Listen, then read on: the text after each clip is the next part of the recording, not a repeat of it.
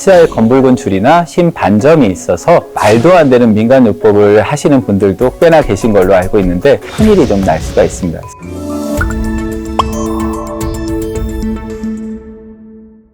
안녕하세요. 치과의사 이상수입니다. 요즘 미백 치료에 대한 문의가 참 많습니다. 특히 요즘처럼 면접의 중요성이 높아진 시기에는 취업을 앞둔 젊은 층의 미백 문의가 정말 많은데요. 치아가 노을에서 오해를 받는다던가 또는 치아에 검붉은 줄이나 심 반점이 있어서 다른 사람들 앞에서 밝게 웃지를 못하는 분들도 계십니다. 그렇다면 우리 치아는 왜 색이 변하는 걸까요? 치아는 구강 내에 노출이 되고 난 뒤부터 기능을 하게 되는데 이때 음식을 드시면서 자연 착색이 좀 되게 됩니다. 자세히 설명을 좀 드리면은 치아는 두 개의 층으로 구성이 되어 있습니다. 바깥층은 희고 투명한 범낭질이라는 층이 있고요. 안쪽으로는 연노란 색깔의 상아질이 있습니다. 치아의 색은 이 두 개 층의 두께에 따라서 달라지게 되는데요. 세월이 흐르면서 치아의 외부 범낭질이 얇아지거나 치아 내부의 상아질이 두꺼워지면서 치아가 누렇게 보이게 됩니다.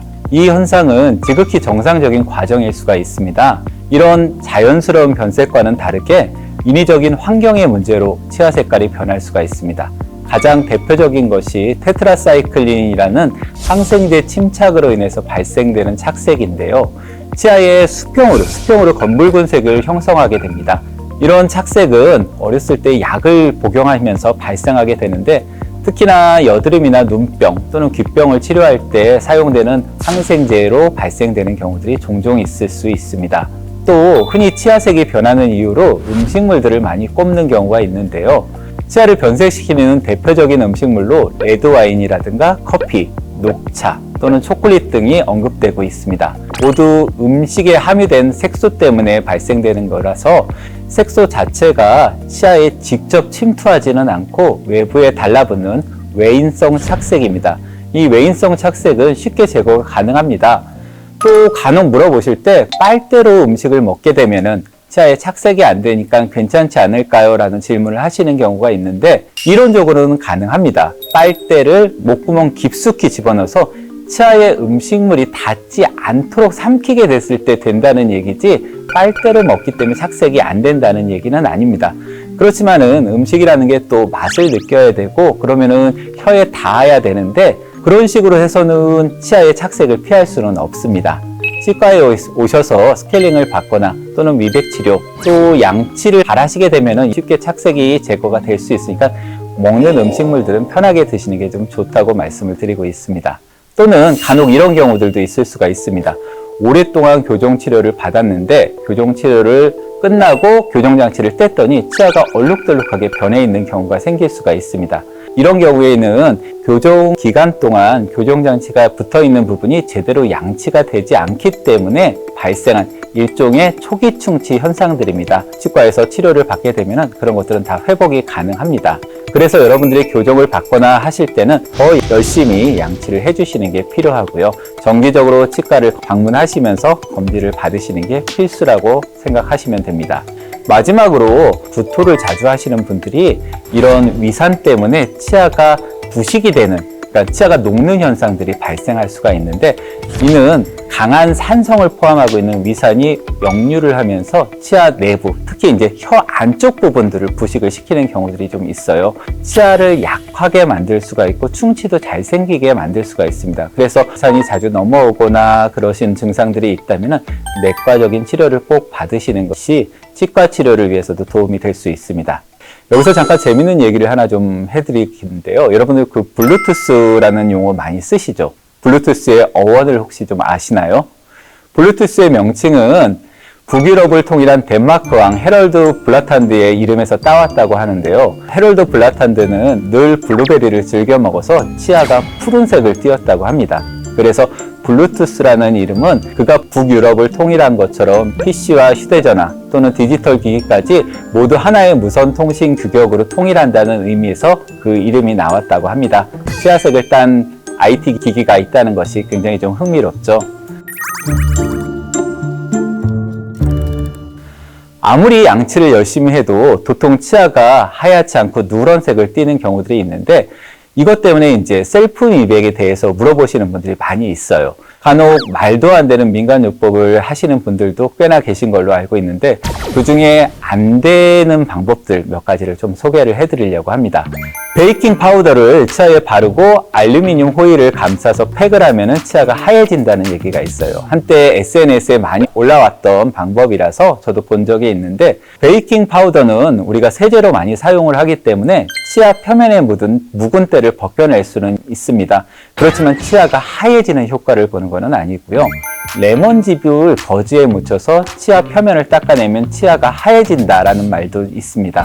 오렌지나 레몬과 같은 신맛이 나는 과일은 강한 산성을 띠고 있습니다. 과일산이라고 이야기를 하죠. 이 산성분은 치아 표면을 부식을 시킬 수 있는데 칼슘을 빼내는 작용을 하는 거죠.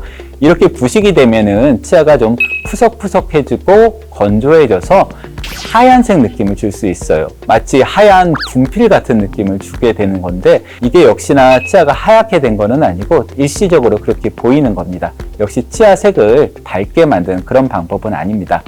사과 식초를 희석을 시켜서 입안에 머금고 매일 양치를 하면은 치아가 하얘진다라는 얘기도 있죠.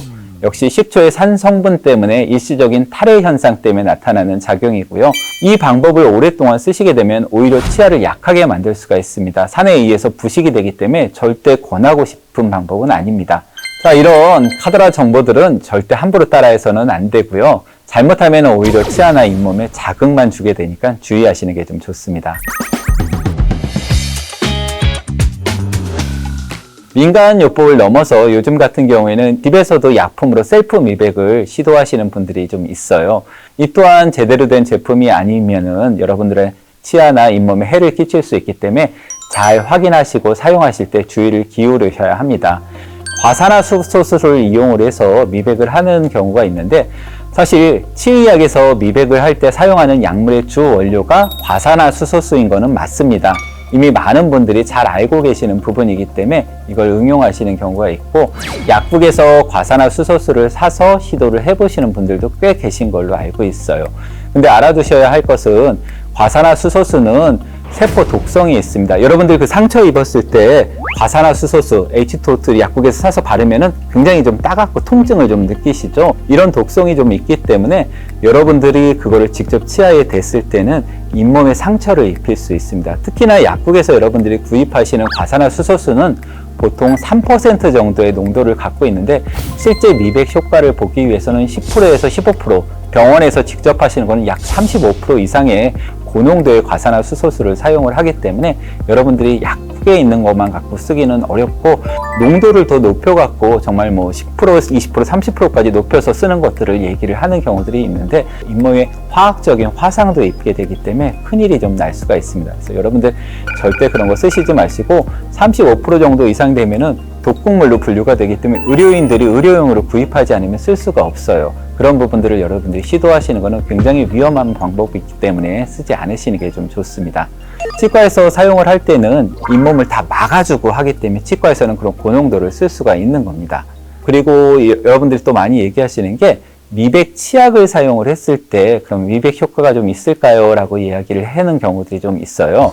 미백 치약 같은 경우에는 일반 치약보다는 미백 효과를 보실 수 있는 것이 사실이기는 한데 고농도의 약재를 포함시킬 수가 없기 때문에 매우 낮은 농도의 농도를 포함을 하고 있습니다. 농도가 낮다 보니까 치아 깊숙이 침투를 할 수는 없고요. 치아 표면에 있는 착색들은 가능합니다. 그래서 치아에 그동안 낀 착색들을 제거를 하거나 치과에서 미백을 이미 한번 한 뒤에 그 미백 효과를 유지하기 위해서 사용하시는 정도라면 충분히 효과를 보실 수가 좀 있습니다. 구독은 충치 예방의 지름길입니다. 결국 치아의 색을 밝히는 가장 확실한 방법은 전문가에 의한 전문가 미백 시술을 받는 방법인데요.